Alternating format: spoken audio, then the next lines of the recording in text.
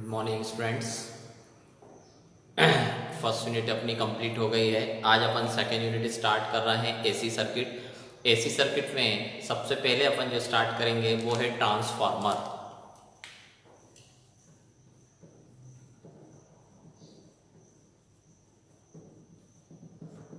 Transformer transformer क्या होता है, क्या करता है, क्या हाँ यूज होता है। तो ट्रांसफार्मर आप लोगों ने घर के बाहर देखा होगा, खंभों पे लगे रहते हैं ट्रांसफार्मर। तो वो जो ट्रांसफार्मर होते हैं वो ट्रांसफार्मर वोल्टेज को बढ़ाने या घटाने का काम करते हैं। Transformer it is a device which convert high voltage to low voltage and low voltage to high voltage at constant frequency. Transformer क्या करता है, वोल्टेज को बढ़ाने का काम करता है या फिर घटाने का काम करता है। ठीक है।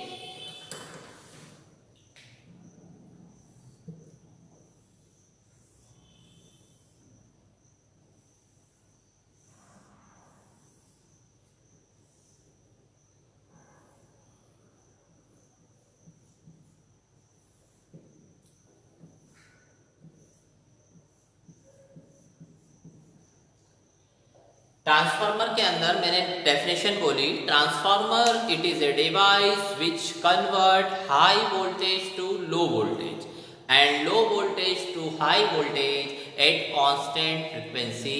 ट्रांसफार्मर एक ऐसी डिवाइस है जो वोल्टेज को बढ़ाने का या वोल्टेज को घटाने का काम करती है। Transformer it is a device which convert high voltage to low voltage and low voltage to high voltage at constant frequency. Constant frequency का मतलब प्राइमरी साइड में जितनी फ्रीक्वेंसी है उतनी ही फ्रीक्वेंसी सेकेंडरी साइड में होती है। वोल्टेज चेंज होता है, प्राइमरी में वोल्टेज अलग होता है, सेकेंडरी में वोल्टेज अलग होता है। ट्रांसफार्मर दो टाइप के होते हैं, एक होता है स्टेप अप, दूसरा होता है स्टेप डाउन। ट्रांसफार्मर जिस प्रिंसिपल पर वर्क करता है वो कहलाता है Faraday law of electromagnetic induction, E = -N dϕ/dt। इस फॉर्मूले पे वर्क करता है, मतलब E = N। ये N क्या है? N कहलाता है नंबर ऑफ टर्न्स। E क्या कहलाता है? इंड्यूस ईएमएफ या वोल्टेज। यहाँ पर जो E है वोल्टेज है और N क्या है? नंबर ऑफ टर्न्स है। ये एक दूसरे के प्रोपोर्शनल होते हैं। मतलब मैं ट्रांसफार्मर के अंदर दो नाम बोल रहा हूं, एक होता है स्टेप अप, दूसरा होता है स्टेप डाउन। तो जो step up and step down होता है उसमें हमें क्या करना है, स्टेप अप स्टेप डाउन, जिधर नंबर ऑफ टर्न ज्यादा होंगे उधर नंबर ऑफ वोल्टेज ज्यादा होगा, जिधर नंबर ऑफ टर्न्स कम होंगे उधर वोल्टेज कम होगा। ठीक है। तो जिधर नंबर ऑफ टर्न्स ज्यादा होंगे उधर वोल्टेज ज्यादा होगा, जिधर नंबर ऑफ टर्न्स कम होंगे उधर वोल्टेज ज्यादा होगा। अगर प्राइमरी में नंबर ऑफ टर्न्स ज्यादा है और सेकेंडरी में नंबर ऑफ टर्न्स कम है तो उसको हम बोलते हैं स्टेप डाउन ट्रांसफार्मर। अगर हमने बोला कि प्राइमरी के अंदर यहाँ पर नंबर ऑफ टर्न्स कम है और इधर सेकेंडरी में ज्यादा है तो यहाँ हम बोलेंगे वो कहलाएगा step down transformer. Up transformer. Primary में कम, सेकेंडरी में ज्यादा, उसको हम बोलते हैं स्टेप अप ट्रांसफार्मर। मतलब जिधर भी नंबर ऑफ टर्न ज्यादा होंगे उधर वोल्टेज ज्यादा होगा, जिधर नंबर ऑफ टर्न्स कम होंगे उधर वोल्टेज कम होगा। इसको बनाइए, फॉर्मूला लिखिए और E is proportional to N लिखिए।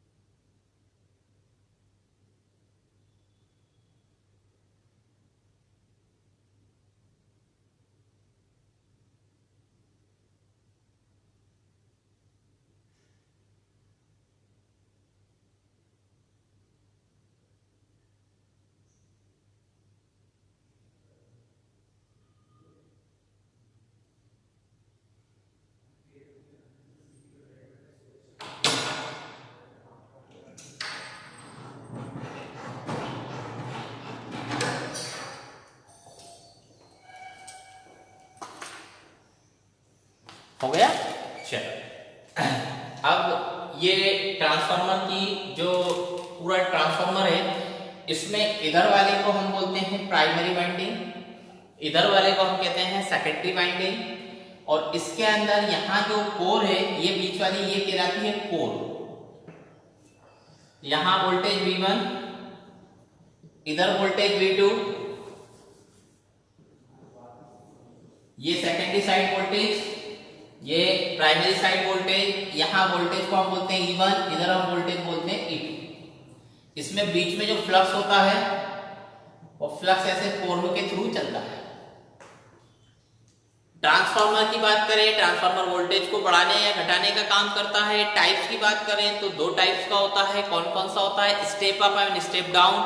किस पे डिपेंड करता है step up and step down?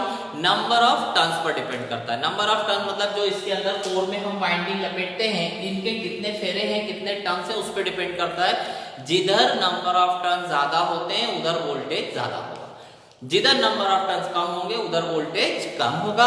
Primary side में अगर कम है, सेकेंडरी में ज्यादा है तो वो कहलाएगा स्टेप अप। यहाँ अगर कम है, इधर ज्यादा है तो वो कहलाएगा स्टेप डाउन। ठीक है, तो टाइप्स आपसे पूछा जाए तो step up and step down हो गया। इसके बाद अब हम क्या करते हैं, इसके प्रिंसिपल की बात करते हैं। जो ट्रांसफार्मर का प्रिंसिपल होता है वो Faraday's law of electromagnetic induction पे वर्क करता है। तो यहाँ हमको देखना है कि जब हम प्राइमरी साइड वोल्टेज अप्लाइड करते हैं तो सेकेंडरी साइड में हमें वोल्टेज कैसे मिलता है, ये हमको देखना पड़ेगा। तो सबसे पहले देखिए सिंपल एक फॉर्म अपन देखते हैं। एक मैग्नेट अपन ने लिया, इसमें दो पोल है, नॉर्थ एंड साउथ। इसमें मैंने एक वाइंडिंग लपेट दी कॉपर की वायर, फिर यहां पर एक करंट मैंने फ्लो कराई, यहां से एक करंट फ्लो कराएंगे अपन। तो ये जो आयरन का पीस है ये आपका कैसा होगा, ये मैग्नेट बन जाएगा। इसको हम बोलते हैं मैग्नेट। और अगर ये मैग्नेट बना है तो इसके आजू बाजू जो है मैग्नेटिक फील्ड प्रोड्यूस हो जाएगी, जिसे हम हिंदी में कहते हैं चुंबकीय क्षेत्र। जब से आप यहाँ करंट फ्लो कराओगे तो ये जो आयरन का पीस आपने बोला है ये मैग्नेट बन जाएगा, और मैग्नेट जैसी बनेगा इसके आजू बाजू साइडों में चुंबकीय क्षेत्र डेवलप हो जाएगा, मैग्नेटिक फील्ड डेवलप होगी। इसका मतलब जब भी कोई आयरन का पीस आप यहाँ लेके आओगे तो ये इसको अट्रैक्ट कर लेगा, आकर्षित कर लेगा, एक अपने आप में उसको पकड़ लेगा। वही कुछ कंसेप्ट यहाँ ट्रांसफार्मर के अंदर होता है कि ट्रांसफार्मर के अंदर जब हम प्राइमरी साइड में वोल्टेज अप्लाइड करते हैं तो सेकेंडरी साइड में वोल्टेज V2 और E2 हमें कैसे मिलता है। तो उसके लिए हमने क्या किया, देखिए ये ट्रांसफार्मर की एक कोर है, ये कोर है। ये कोर जो होती है ये आयरन मटेरियल की होती है, लोहे की होती है, और पतली पतली स्ट्रिपों से मिलकर बनी होती है। ठीक है, ये कोर पतली पतली स्ट्रिपों से इसलिए मिलकर बनी होती है क्योंकि इसके अंदर लॉसेस होते हैं। तो हम एडी करंट लॉसेस को क्या करते हैं, कम करते हैं। हिस्टेरेसिस लॉसेस को कम करने के लिए हम इसको एक स्ट्रिप बनाते हैं, पतली पतली पत्तियों को इसका यूज करते हैं। यहाँ पर हमने इसमें प्राइमरी वाइंडिंग में, यहाँ देखें इस वाले कोर में, ये पूरी कोर है, इधर वाले पोर्शन पे हमने वाइंडिंग लपेट दी। वाइंडिंग लपेटी, ये पूरा मटेरियल मैग्नेट नहीं है, आयरन है, आयरन लोहा है, कोर है, इस पे हमने एक वाइंडिंग लपेट दी। जैसे ही हमने वाइंडिंग लपेटी और यहाँ हमने वोल्टेज अप्लाइड किया, वो वोल्टेज कौन सा वोल्टेज होगा, एसी वोल्टेज। ये आपने अप्लाइड किया कौन सा वोल्टेज, एसी वोल्टेज। एसी का मतलब अल्टरनेटिंग करंट। जैसे ही आपने यहाँ अप्लाइड किया तो इतना पोर्शन जितना ये वाइंडिंग लपटी है वो पूरी मैग्नेटाइज हो जाएगी। मैग्नेटाइज का मतलब वो चुंबक बन जाएगी, क्योंकि जो कंसेप्ट मैंने यहाँ बताया वही चीज मैं यहाँ बता रहा हूँ। तो इसके अंदर से फ्लक्स डेवलप होगा, और ये फ्लक्स जो है कोर के थ्रू ऐसा लिंक करेगा सेकेंडरी कॉइल में। लिंक करने का मतलब उसको काटेगा, किसको काटेगा, सेकेंडरी कॉइल को काटेगा। फेराडे का नियम है E = d∅dt।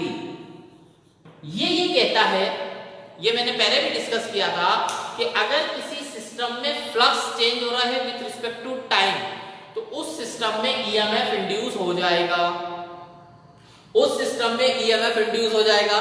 तो यहाँ अपना EMF इंड्यूस होगा सेकेंडरी साइड में, और अगर आपने यहाँ लोड लगा दिया तो इसके अंदर करंट फ्लो हो जाएगी, और फिर यहाँ से ये फ्लक्स ऐसे घूमता हुआ वापस इस कॉइल में आ जाएगा। ऐसे फ्लक्स का पाथ रहता है, ये चीज कहलाती है फ्लक्स।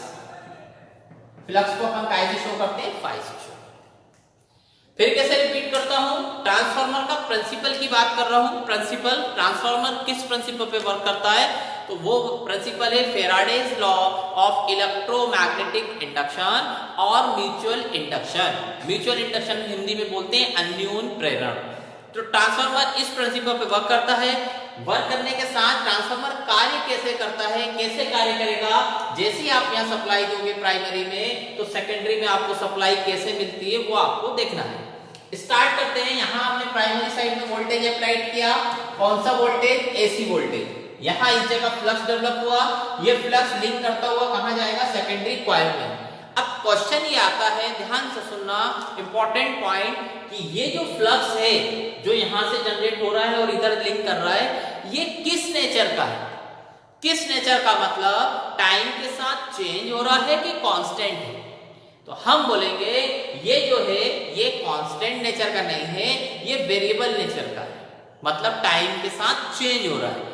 हमें पता कैसे चला कि ये जो फ्लक्स है ये टाइम के साथ चेंज हो रहा है, उसका रीजन ये है, ध्यान से सुनना, कि यहाँ हम जो सप्लाई दे रहे हैं वो कौन सी दे रहे हैं, एसी। एसी का मतलब अल्टरनेटिव, तो एक बार पॉजिटिव एक बार निगेटिव, एक बार हाई और एक बार लो। तो ये जो फ्लक्स भी होगा ये किस नेचर का होगा, कांस्टेंट नेचर का नहीं होगा, वेरिएबल नेचर का होगा, मतलब फ्लक्स भी टाइम के साथ चेंज होगा। और अगर फ्लक्स चेंज हो रहा है विद रिस्पेक्ट टू टाइम, तो इस कॉइल में क्या होता है, ईएमएफ इंड्यूस होगा। ये प्रिंसिपल में हमें लिखना है कि जैसे हमने वोल्टेज अप्लाइड किया, यहाँ फ्लक्स डेवलप हुआ, ये फ्लक्स लिंक करके कहां गया, सेकेंडरी कॉइल में गया। सेकेंडरी कॉइल को लिंक करेगा, फेराडे के नियम अनुसार उस कॉइल के अंदर ईएमएफ इंड्यूस होगा। ईएमएफ का फुल फॉर्म इलेक्ट्रोमोटिव फोर्स। तो यहाँ आपको ईएमएफ मिल जाएगा। अगर आपने यहाँ सर्किट को क्लोज कर दिया, इस जगह क्लोज कर दिया, तो आपको क्या मिल जाएगा, ये लोड लगा दिया, तो इसमें क्या फ्लो लगेगी, करंट फ्लो लगेगी। प्राइमरी में जो करंट होती है उसको I1 कहते हैं, सेकेंडरी में जो करंट होती है उसको I2 कहते हैं। V1 मतलब प्राइमरी साइड वोल्टेज, V2 मतलब सेकेंडरी साइड वोल्टेज, I1 मतलब प्राइमरी साइड करंट, I2 मतलब सेकेंडरी साइड करंट। यहां तक क्लियर। किस प्रिंसिपल पे वर्क करता है, Faraday law of electromagnetic induction पे वर्क करता है। ठीक है, अब एक इसको पहले बना लिया, ये पूरा जैसे मैंने बनाया, एक वोल्टेज अप्लाइड किया V1, यहाँ वोल्टेज अप्लाइड किया V2, इधर E2 इधर E1, यहाँ करंट फ्लो कराई, ये बीच में ये कोर कहलाती है, जो डॉटेड लाइन लगाई कहलाता है। इतना उतारिए फिर आगे।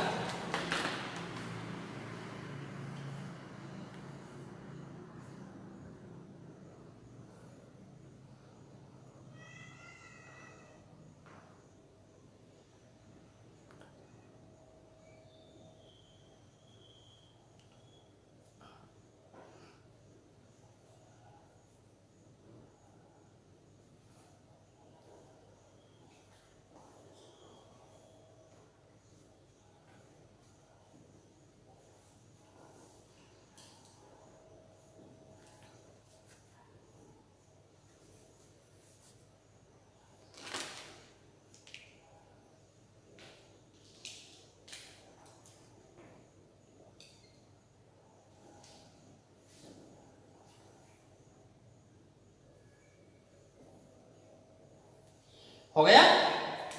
अब देखें,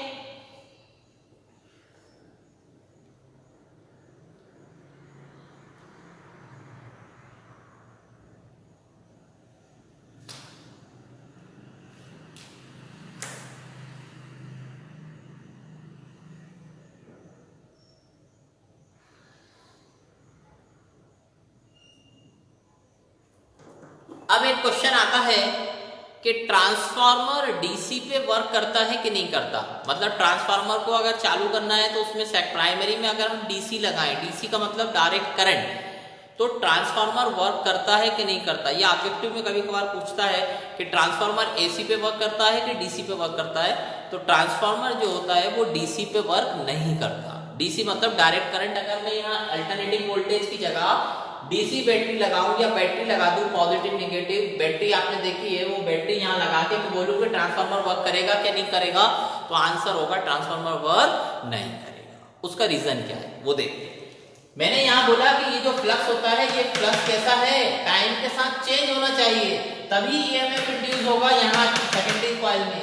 जब आप यहाँ वोल्टेज एसी की जगह डीसी दे रहे हो, डीसी का मतलब कांस्टेंट नेचर का दे रहे हो, तो जो फ्लक्स भी होगा वो भी कांस्टेंट नेचर का होगा। तो ये फ्लक्स क्या करेगा, इस सेकेंडरी कॉइल को लिंक करेगा, लेकिन कांस्टेंट नेचर में ईएमएफ इंड्यूस नहीं होगा। मतलब यहाँ इस कॉइल के अंदर क्या होगा, वोल्टेज इंड्यूस नहीं होगा, यहाँ वोल्टेज नहीं मिलेगा, मतलब ट्रांसफार्मर काम नहीं करेगा। इन केस अगर हमने प्राइमरी में डीसी सप्लाई दे दी तो यहाँ कांस्टेंट करंट मिलती रहेगी, तो प्राइमरी वाइंडिंग क्या होगी, जल जाएगी, बर्न हो जाएगी। तो दो क्वेश्चन अराइज हुए यहाँ पर। पहला क्वेश्चन कि ट्रांसफार्मर डीसी पे वर्क करता है कि नहीं, तो आपका आंसर होगा नहीं करता। ट्रांसफार्मर कभी भी डीसी पे वर्क नहीं करता। डीसी मतलब डायरेक्ट करंट, बैटरी से कभी भी ऑपरेट नहीं होता। दूसरा, अगर गलती से हमने इसको डीसी दे दी तो क्या होगा, अगर हमने इसको डीसी दी तो प्राइमरी वाइंडिंग जल जाएगी। यहां तक क्लियर है? किस प्रिंसिपल पे वर्क करता है, Faraday's law of electromagnetic induction पे वर्क करता है, म्यूचुअल इंडक्शन पे वर्क करता है, E = d∅dt पे बेस्ड है। फ्लक्स चेंज होना चाहिए विद रिस्पेक्ट टू टाइम, तो ही ईएमएफ इंड्यूस होगा। कहां पर, सेकेंडरी कॉइल के अंदर। अब आगे चलते हैं।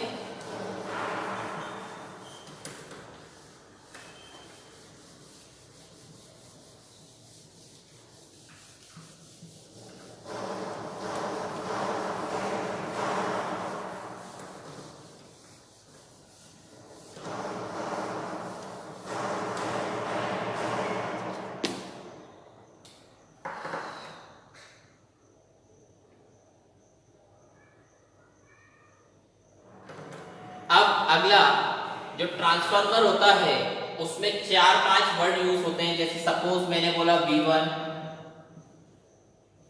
VP, V2, VS, IS, I2, IP, I1। ये पहला वाला है।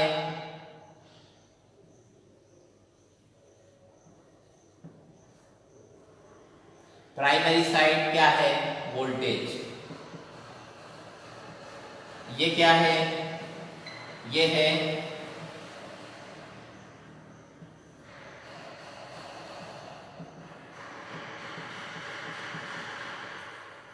ये secondary side voltage.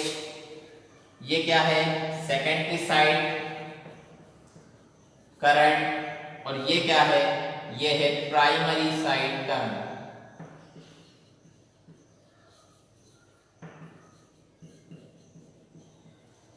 Primary side current. ये सिंबल याद रखिएगा। Vp और Vs में क्या है, V1 और V2 क्या है। V1 और Vp एक ही चीज है, प्राइमरी साइड वोल्टेज। V2 और Vs क्या है, सेकेंडरी साइड वोल्टेज। Is और I2 क्या है, सेकेंडरी साइड करंट। और IP और IP एंड I1, सॉरी ये I1 होगा, ये I1 है, ये क्या है, प्राइमरी साइड करंट। उतारिए जल्दी से।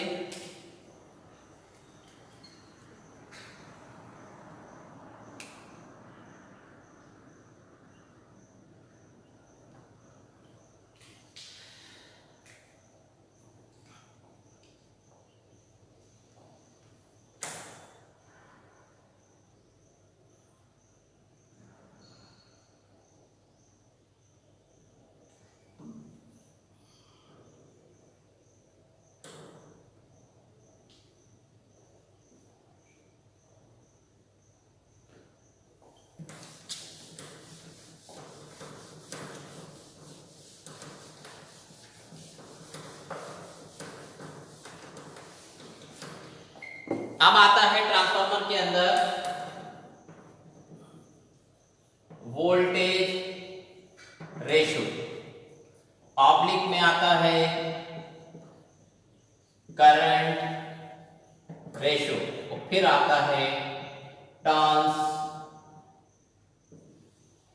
रेशो।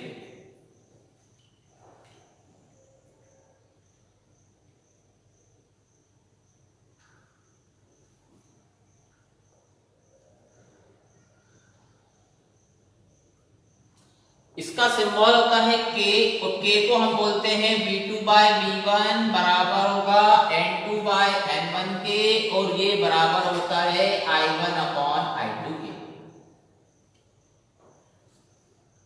ये K कांस्टेंट है, K को बोलते हैं रेशो। अगर आपने V2/V1 करा तो वोल्टेज रेशो कहलाएगा, N2/N1 करा तो करंट रेशो हो जाएगा। ये दोनों ऊपर सेकेंडरी है, नीचे प्राइमरी है। जस्ट इसके यहाँ पर अपोजिट होता है करंट I1/I2। ठीक है, तो ये फॉर्मूला याद होना चाहिए।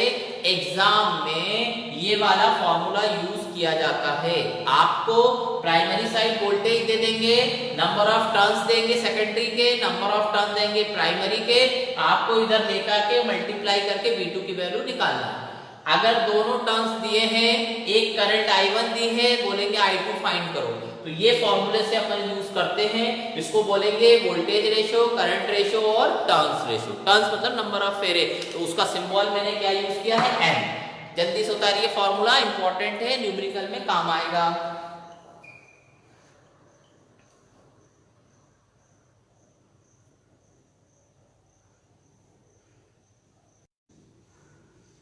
हो गया। फ्लक्स डेंसिटी ये पूछता है, तो ये हम लिखेंगे phi/A से। यहां phi क्या है, phi है फ्लक्स, A क्या है एरिया। फ्लक्स की यूनिट होती है वेबर और एरिया की यूनिट मीटर स्क्वायर। इसकी एक यूनिट और होती है टेस्ला। अगर आपको पूछा जाए कि Bmax का फॉर्मूला क्या है, बोलेंगे phi/A। phi क्या है फ्लक्स, A क्या है एरिया। किसका एरिया, जो ट्रांसफार्मर की कोर होगी उसका एरिया है। मैग्नेटिक मटेरियल जो होगा, जो कोर होती है ट्रांसफार्मर की, उसकी कोर का जो एरिया होगा वो कहलाएगा A। और एरिया की यूनिट होती है मीटर स्क्वायर, फ्लक्स की यूनिट होती है वेबर, तो हम बोलेंगे वेबर पर मीटर स्क्वायर और टेस्ला। या तो वेबर पर मीटर स्क्वायर बोल दो या फिर टेस्ला बोल दो। ठीक है, यहां तक समझ आ गई बात। तो एग्जाम में ये Bmax निकालने को आपको आता है। ये फॉर्मूला इंपॉर्टेंट है, याद रखिएगा। ये फॉर्मूला है यहां तक। phi क्या है फ्लक्स, A क्या है मैग्नेटिक। पूछता है कि ट्रांसफार्मर की EMF इक्वेशन कितनी होगी। EMF equation of single phase transformer, EMF equation of single phase transformer.